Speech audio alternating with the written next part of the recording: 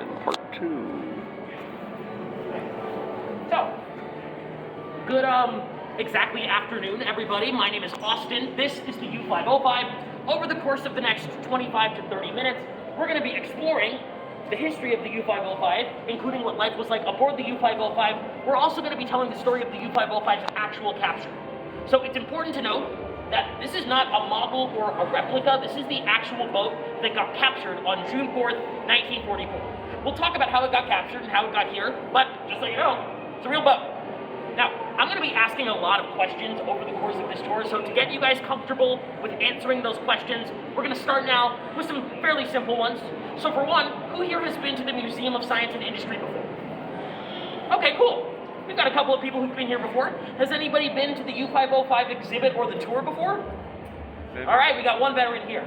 Now, for those of you who have not been on the tour before or to the museum, what were some of your first impressions, some of your first thoughts as you rounded the corner and saw the submarine? Well, that's a good one, right? How did you get this inside? Right, how on earth did we get this inside here? It's so big, right? So, a bit of a spoiler, but the short version is we dug a very large hole and then we have to lower this very slowly on these sort of strange, like, you can call them like pillars.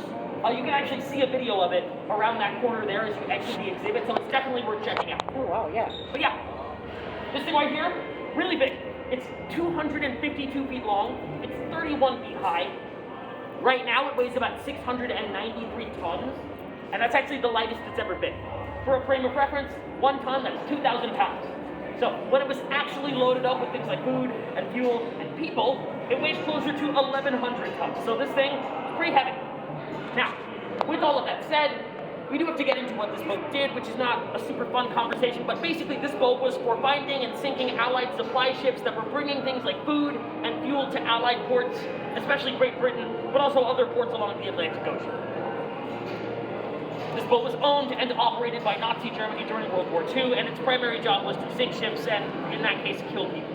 So, not something that's super fun to talk about, but if we're going to talk about this historical exhibit, we need to go into that clear out. So, with all of that said, it was commissioned in August of 1941. It sailed for a little bit under 3 years before it was captured on June 4th, 1944 by Captain Daniel B. Gallery and the Hunter Killer Task Group 22.3. Now, when you guys entered this exhibit space, did you guys see that wall of red ships, all of those red ships kind of lined up along the wall? Yeah. Right, so that was the approximate sink count of this boat and boats like it.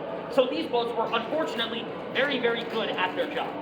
They were so good at their job that eventually America started creating these dedicated task groups for all kinds of reasons, but one of those subgroups was for finding and taking out boats like this.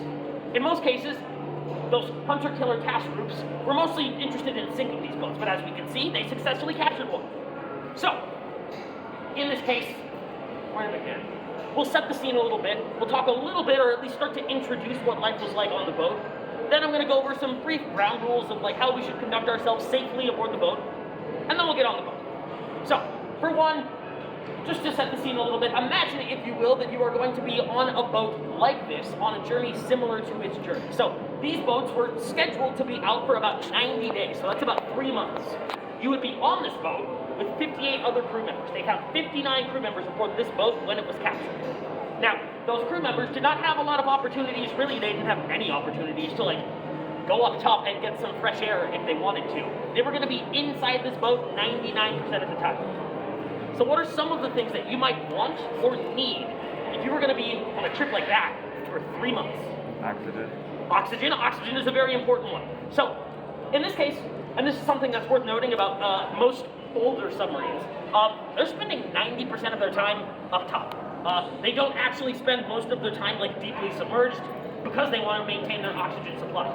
This boat could be underwater for like a couple of days if they were very strategic and careful about their air use, but ultimately, unlike nuclear submarines today, these things actually didn't spend that much time underwater. They were very strategic and specific about when they went under.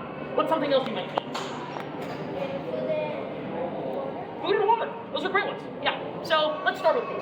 So there were 12 tons of food aboard this boat. That's 24,000 pounds of food, and that was getting stored everywhere they could. They had a dedicated space for storing food, but 24,000 pounds of food is so much they filled up that space pretty fast. So the rest of the food was put everywhere else. It was along the walls, it was under the beds. They actually filled one of the 2 bathrooms aboard this boat with food, which means that all 59 of those crew members were sharing one bathroom until they could physically eat their way into the second one. So, yeah, in those earliest portions of the tour, they would be sharing one bathroom and they would have a bucket. It's about as fun as it gets. So, speaking of hygiene, we're going to talk a little bit about water. So, water is really important. They need it for all kinds of things. They need it for cooking and drinking and maintaining the batteries aboard the boat. But fresh water is so important and you need so much of it that there's no real way to actually have all of the water that you would need for all of those things for all 90 days on the boat at one time. So what they had was a desalination device, or a desalinator. It's a fancy way of saying they had a machine that would take that salty ocean water and turn it into fresh water. So that machine takes up a lot of energy, which means that they're going to be pretty stingy about what they're using their water for. They would use the water for cooking, drinking, and maintaining the electrical batteries. Those were the only specific things that they had water dedicated for. End of list. You might have noticed I didn't mention something that you're hopefully using water for. Yes, bathing, showering, hygiene. Unfortunately, there was no water dedicated specifically for hygiene. You could use your rationed water however you'd like, but you might also want to drink it. So you also didn't get that much. So yeah, there was not any real showering or bathing aboard this boat for all 90 days. Now, occasionally, if the coast was extremely clear, they could actually go out and take what's called a saltwater bath, literally either jumping in the ocean or getting hosed down, but that was it, and that was very rare. That was not normal. So, basically, these boats got really stinky. The average inside temperature of these boats was anywhere from 90 to 100 degrees Fahrenheit. Because there are so many people on it, because it's up top running that diesel engine, and because it's still fairly sealed, the inside of that boat gets pretty hot. And because this boat was stationed around Cape Verde, that's around the coast of West Africa near the equator, it's also just in a really hot part of the world. So yeah, these boats got really hot, there was no bathing, they had 2 changes of uniform total, and 1 change of underwear. These boats got nasty. They were called Schwein boats or pig boats because they smelled so bad. Now, fortunately, it's been about 80 years, so we don't have to worry about the smell, but there are some things that we do want to be mindful of as we're moving throughout the boat. For one, this is a war memorial. It's dedicated to the men and women who lost their lives in the Battle of the Atlantic. So, if not out of respect for the literal boat itself, then for its status as a war memorial, please conduct yourself respectfully as you move throughout the boat. Don't do anything you wouldn't do at a war memorial when you were aboard this boat.